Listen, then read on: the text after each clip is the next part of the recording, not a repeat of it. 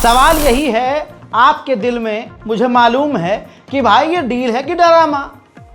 आप सभी लोगों के दिमाग में ये चल रहा है कि भाई डोनाल्ड ट्रंप ने हफ्ता भर पहले कह दिया था कि जंग रोक दो, हमला इजराइल को इसी वक्त बंद करना होगा, और भाई संडे तक का समय दिया था।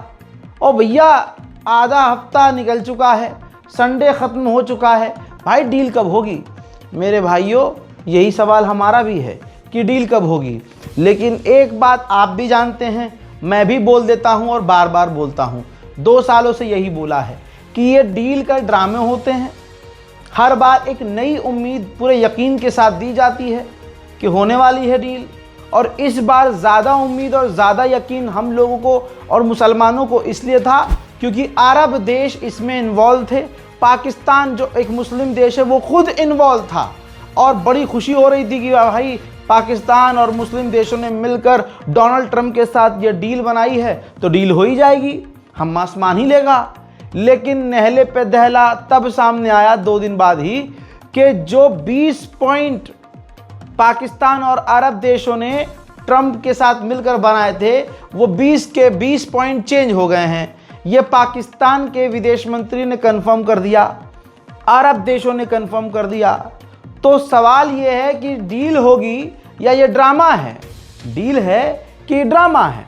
और मुझे लग रहा है, आपको लग रहा है ये ड्रामा है, और फिलहाल तो यही लग रहा है। बहुत जल्दी आपको बता दूं कि अभी भी इजराइल गाजा में बमबारी कर रहा है और वेस्ट बैंक में भी वो इसी तरह से कर रहा है। तो ये एक शॉर्ट में चीज़ मैंने आपको बता दी कि जंग नहीं रुकी है। हाँ, जंग हल्की हुई है, लेकिन वो इजराइल के हिसाब से। अभी भी गाजा सिटी लोग छोड़ रहे हैं, अभी भी लोग वहाँ भूखे हैं, अभी भी लोग वहाँ बीमार हैं, अस्पताल पूरी तरह से बंद हैं। अब आते हैं मुद्दे की बात पर। दोस्तों 7 अक्टूबर निकल गया, आज़ाद अक्टूबर है। 7 अक्टूबर 2023 से अब तक अमेरिका ने, ये रिपोर्ट आपकी स्क्रीन पर है, स्क्रीनशॉट ले लीजिएगा, जानकारी आपके लिए काफ़ी अच्छी है। 7 अक्टूबर से अब तक 21.7 बिलियन डॉलर, उफ़ो, यानी 21.7 बिलियन डॉलर के हथियार दिए हैं इजराइल को अमेरिका ने, जिसके अंदर 75 F-15 और 196 F-16 और 39 F-35। भाई इतने फाइटर जेट किसी देश को अगर अमेरिका दे दे तो उल्टा अमेरिका को ही हरा सकता है। इतना हथियार, इतना बारूद, इतने फाइटर जेट, इतनी ताकत, जैसे वर्ल्ड वॉर 3 चल रही है। हजरात, वर्ल्ड वॉर 3 तो नहीं, ये वर्ल्ड जेनोसाइड हो रहा है पूरी दुनिया के सामने। कतर के अमीर और तुर्की के इंटेलिजेंस चीफ जो है आज या कल में इजिप्ट पहुंचने वाले हैं, और कतर के अमीर भी खुद इजिप्ट पहुंचेंगे और इस तुर्की के इंटेलिजेंस चीफ से मुलाकात करेंगे, मीटिंग करेंगे। हो सकता है कि हमास का कोई मैसेज लेकर जो तुर्की के इंटेलिजेंस चीफ हैं वो इजिप्ट में कतर के अमीर से मिले। वहीं इजिप्ट के विदेश मंत्री ने कहा है कि हमास और इजराइल के बीच जो बात हुई है उसमें इम्प्रूवमेंट हुई है। इम्प्रूवमेंट की बत्ती बनाओ, अपने पिछवाड़े में डालो, हमें ये सुनना ही नहीं है। मैं ये बता रहा हूँ दोस्तों, इनसे, इन सुअरों से हम क्या सुनना चाह रहे हैं? डील हो गई भाई, बंद कमरे में अपनी डील करो, ख़त्म करो चीज़ें। ये रोज़ रोज़ उम्मीद दे रहा, बात हो रही है, डील हो रही है, होने वाली है। हाँ जी, बस बाद में ये सुअर का बच्चा, पूरी बात बन गई थी, नेतन्याहू ने पूरे पॉइंट्स ही बदल दिए। तो जब तक ये हराम का पिल्ला उस गद्दी पर है, ये डील होने ही नहीं देगा। दोस्तों कतर के अमीर ने साफ सुथरी बात कही। कतर के अमीर ने कहा कि इजराइल को इसी वक्त गज्जा पर सारे ऑपरेशन बंद कर देने चाहिए, क्योंकि जो डोनाल्ड ट्रंप का प्लान है उस हिसाब से तो यही कहा जा रहा है कि सब कुछ, और ये बात कामयाब तभी तो होगी, बात आगे तभी तो बढ़ेगी जब नेतन्याहू अपनी तरफ से गाजा पर सारे ऑपरेशन बंद करेगा। दोस्तों उधर हमास ने अपनी तरफ से कंफर्म किया है कि हम ये कंफर्म करते हैं कि हाँ, हम जंग ख़त्म करना चाहते हैं। हम अप्रिशिएट करते हैं मुस्लिम देश, अरब देश और डोनाल्ड ट्रंप का शुक्रिया अदा करते हैं कि वो जंग रुकवाने का काम कर रहे हैं। ये एक बेहतरीन कदम है, लेकिन हम भी यही चाहते हैं कि ये जंग रुक जाए और इजराइल दोबारा बमबारी ना करे, लेकिन हमें गारंटी चाहिए कि इजराइल गाजा में जंग बंद करेगा और पूरी तरह से बाहर निकलेगा। साथ में हमास ने ये कहा कि दोबारा हमला नहीं करेगा, ये गारंटी चाहिए और पूरी तरह से इजराइल को बाहर निकलना होगा। और हमास बार बार इस बात को, इस जो अभी फिलहाल जो मैसेज भेजा है उसने, वो कह रहा है कि हम हर तरह से जंग बंद करने को तैयार हैं।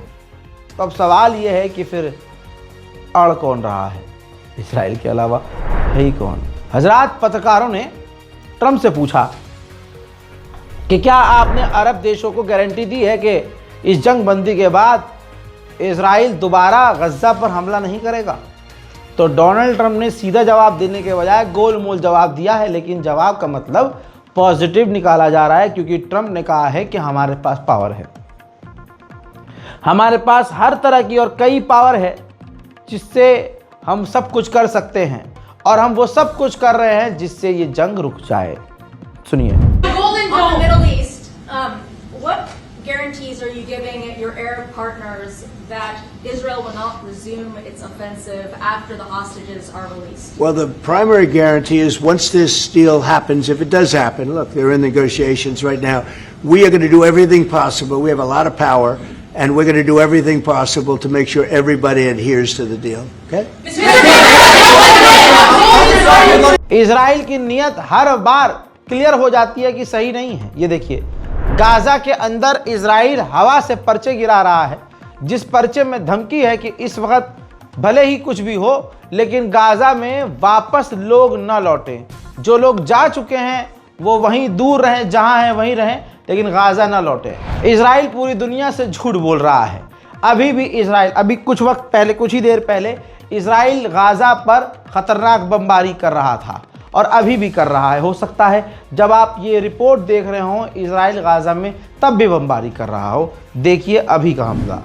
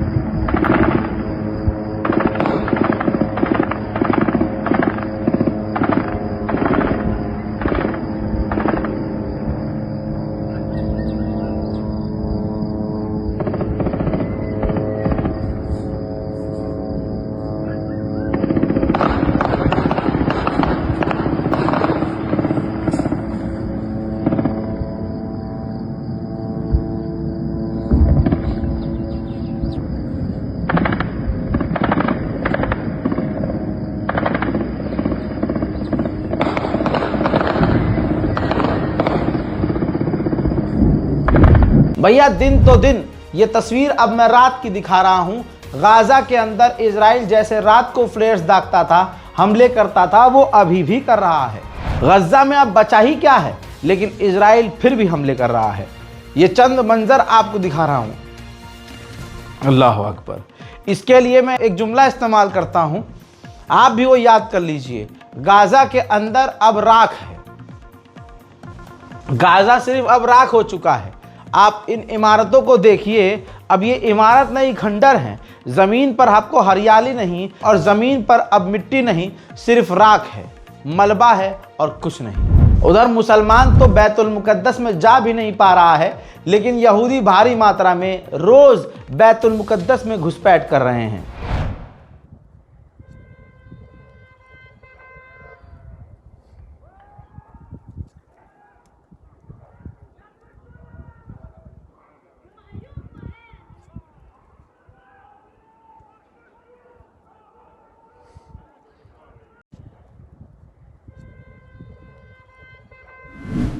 सरकारी आतंकवाद किसे कहते हैं आप अब समझिएगा। हालांकि हिंदुस्तान के मुसलमान अच्छे से समझते हैं और दलित भी। हजरात, ये नेतन्याहू का, उनकी पार्टी का एक लीडर है, इसने कंफर्म किया है इजरायली चैनल पर बैठकर कि नेतन्याहू की सरकार ने एक ग्रुप बनाया है, एक टीम बनाई है जिसके पास इतनी पावर है कि बिना इजराइल की गवर्नमेंट के, बिना अपनी गवर्नमेंट से पूछे, अप्रूवल लिए, वो फ़िलिस्तीनियों की ज़मीन पर जहाँ चाहे जैसे चाहे कब्ज़ा करेंगे। और हमने अभी 2 दिन पहले कई फ़िलिस्तीनियों के घरों पर कब्ज़ा किया है और उनके सैकड़ों पेड़ ख़राब कर दिए हैं। इजराइल की ताकत दुनिया देख चुकी है कि हिजड़े के अलावा ये कुछ हिजड़े भी ताकतवर होते हैं। ज़रा इस तस्वीर को देखिए, ये इजराइल की फ़ौज इतनी ही हिजड़ी है जितना आप रेड लाइट पर किसी हिजड़ों को देखते हैं। ये देखिए, फ़िलिस्तीन के निहत्थे एक छोटे से बच्चे को इजराइल की फ़ौज ने गिरफ्तार किया हुआ है और इसको शील्ड की तरह, ह्यूमन शील्ड की तरह इस्तेमाल किया गया है। सिर्फ यही नहीं, फ़िलिस्तीनियों के घरों पर इजराइल के जो लोग हैं वो वेस्ट बैंक में फ़िलिस्तीनियों के घरों पर हमला कर रहे हैं।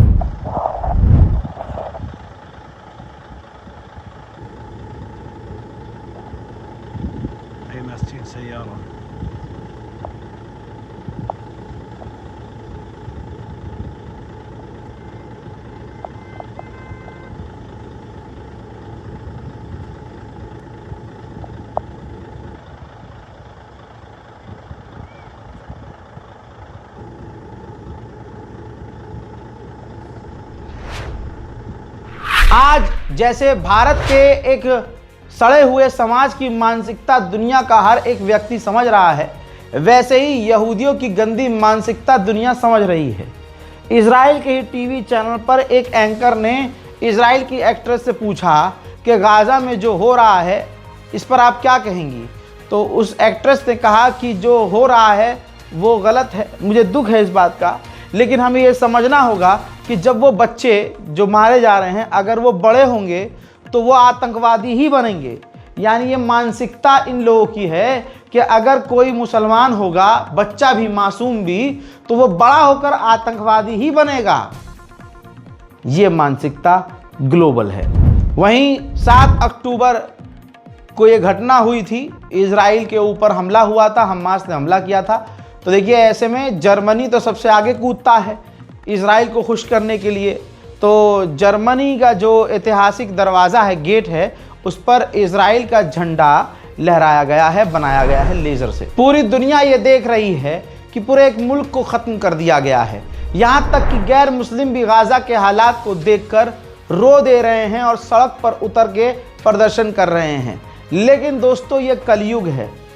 जर्मनी ने इतिहास में, क्योंकि जब नाज़ी थे, जो एक मुच्छड़ था, उसने इतना मारा है इन यहूदियों को, ऐसा मारा है कि आज तक जर्मनी के ऊपर कलंक लगा हुआ है।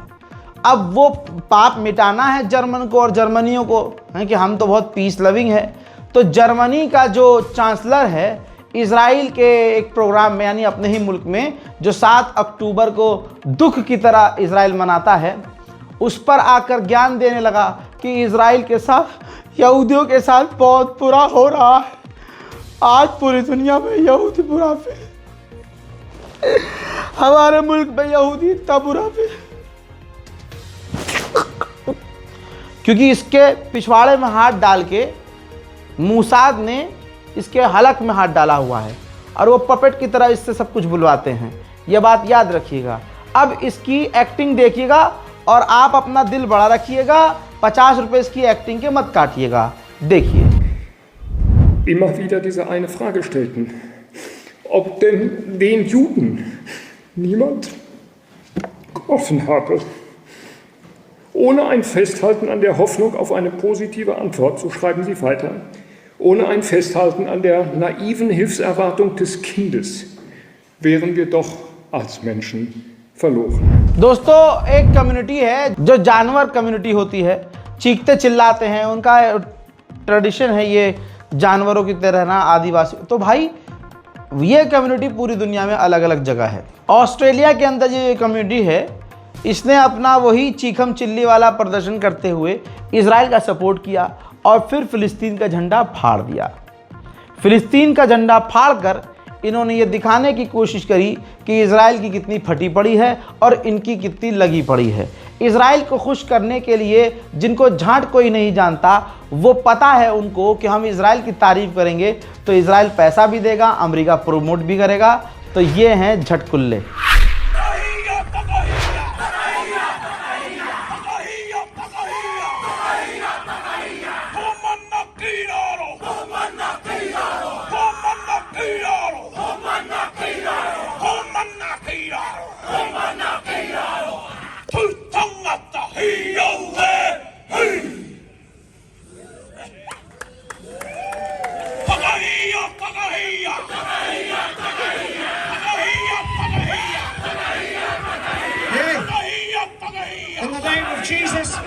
This flag here represents everything that's wrong in our country.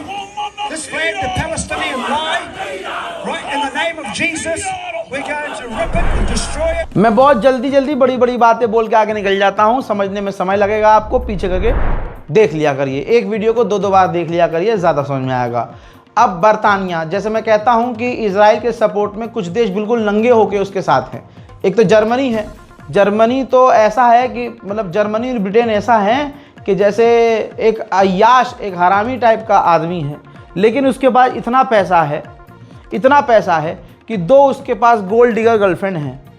उन दोनों को पता है कि भाई ये हरामी है, ये 10 जगह मुंह मारता है, सबको मारता पीटता है, तानाशाही करता है, लेकिन वो दोनों इतनी बड़ी गोल्ड डिगर हैं और वो खुद जानती हैं कि हम 10 जगह मुंह मार चुके हैं।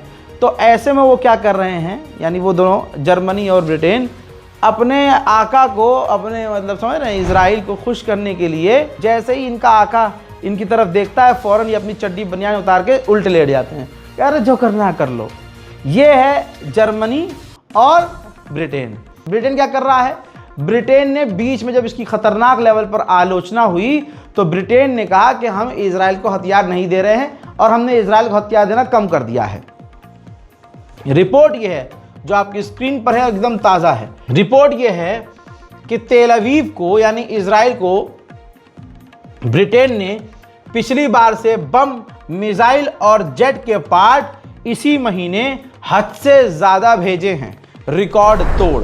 मेरे दोस्तों, मेरा यह मानना है कि अरब खुद मुसलमानों से गद्दारी कर रहा है, अरब खुद एक अहम किरदार निभा रहा है ताकि हम सबका ध्यान भटक सके। सच्चाई आज मैं दिखा दूं आपको, इजराइल अभी भी गाजा में तमाम मकानों को बम से उड़ा रहा है और ज़मीन को समतल कर रहा है।